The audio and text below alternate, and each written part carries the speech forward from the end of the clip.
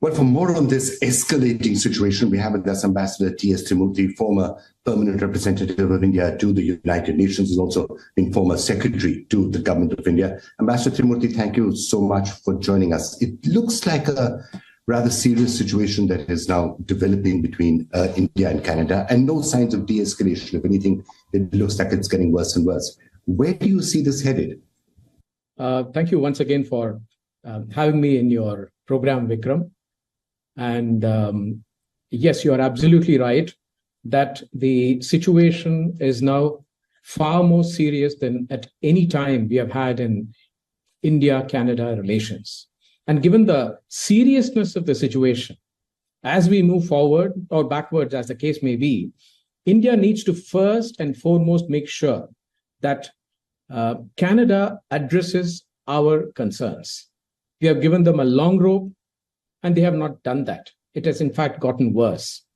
Things can never really be normal unless we seize the moment and make it clear to the Canadian government that they have to change their course of action irreversibly and be sensitive to our interests and our security. And if they don't, there will be a cost to pay in terms of our relations. And that there is no better time than now to calibrate this. And that is exactly, I think, what the government is doing. And, I think it's not going to be easy at all, but the process has already started with all seriousness. So is that why, far from backing down or being conciliatory, India seems to be almost perfectly happy escalating this further? And look at what's happening with visas now. Look what's the statements that are being made, reduced diplomatic presence. So India's clearly showing no signs of de-escalation in this. If anything, very happy to see where this ends up. I look at it this way. There are three very specific disturbing trends which are there. One is terrorism, the other is religiophobia, and the third is separatism. First, on terrorism, the Canadian government has completely undermined the fight against terror by saying that those whom India considers as terrorists operating from the Canadian soil against India are in fact not terrorists. So they are actually legitimizing terror by not recognizing it. Second, in using religion, especially whipping up Hindu phobia, in other words, using religion to promote anti-India sentiments and promote hate against Hindus, against their own citizens, by the way, Canadian Hindus of Indian origin. And the third one is something we are all familiar with for decades. That is, they have been unleashing anti-India separatists who are supporting Khalistani and calling for the dismemberment of India and directly hitting at our territorial integrity. So fortunately, the Khalistani agenda itself has no traction anywhere, in spite of their so-called referendum, except probably in Canada and in remnants in some Western countries. And that is why I think that the situation is very serious. And because all the three issues which I've just mentioned are coming together, and in the face of inaction by the Canadian authorities, the threat posed to India now is at a completely different level. Ambassador Timothy, just looking at some of the points that you said to take them further, the point on terrorism and Canada disregarding Indian warnings, which then lead to terrorist attacks, it's happened in the past, like with the bombing of the Air India plane. Very clear intelligence was given. India did say that their terrorists were operating out there. Nothing happened, and an Air India plane was blown up. And on the question of what you said, religiophobia, which is taking place, we've heard people from within Trudeau's own party coming out and saying that Hindus in Canada are now getting threats, saying leave Canada and go back to India, sort of a thing. On the question of terrorism, you're absolutely right. I mean, in fact, our spokesman just mentioned that, Canada has become a haven for terrorists. And, you've seen that at the global level, there is a fragmentation of this fight on terror. And this is something I've spoken in the UN when I was there. And I was also chair of the UN Security Council's Committee on Counterterrorism. And I spoke and I discussed this there as well.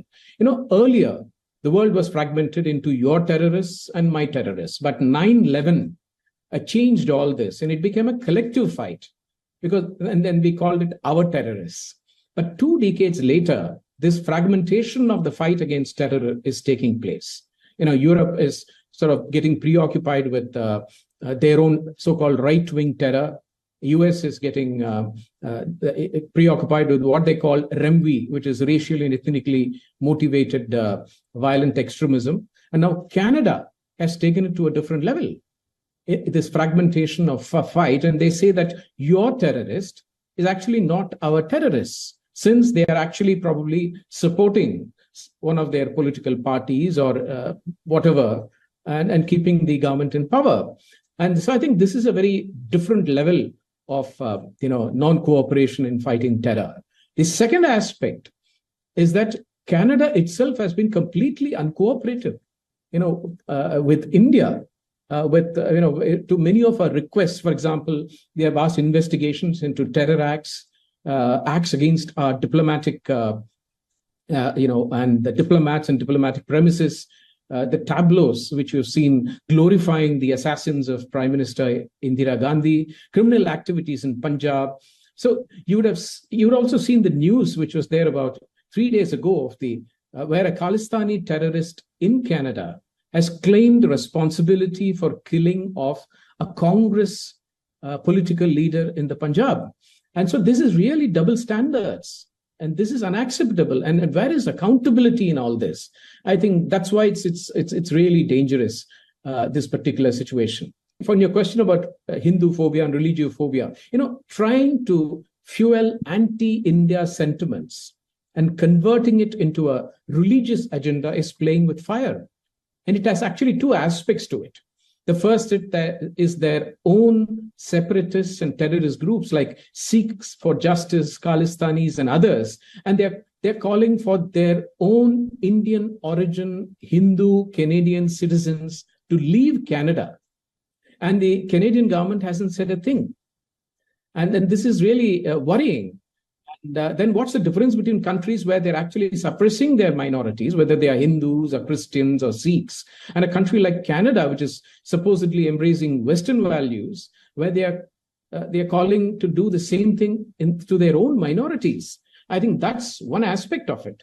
The second aspect is that invoking Hindu phobia this is designed to bring others with a similar agenda into their fold, not just in Canada, but in US, UK, Australia, etc. Ambassador Trimurti, let me just turn my attention to the specific charge or the specific allegation that Canada is making about India being involved with the assassination on Canadians. So no evidence so far. But supposing that evidence comes, what do you think the repercussions of that could possibly be? I'm sure India will also point to double standards, because it's not that other countries, including in the West, have not targeted terrorists on other countries' soils. But what do you think the repercussions would be? No, let me be very frank. I don't want to speculate on such things. But let me just say that even their so-called allies, the Four Eyes Alliance or Intelligence Alliance, whatever they have basically said these are serious allegations, and they said, please investigate further. And the people are all waiting for evidence. And even today, I think our spokesperson said very clearly that they have given us no evidence. So I think it's very clear that somewhere down the line, this whole issue is being politicized. And I'm not convinced that they are going to come up with any concrete evidence trying to link up, India with this type of a situation. I think this is purely a political game which is being played. And that's what it looks like. Otherwise, we would have heard a lot more from the Canadian side, and not through the television and the press, but, differently. All right. Ambassador Trimurti, thank you so much for joining us. So thank you very much once again.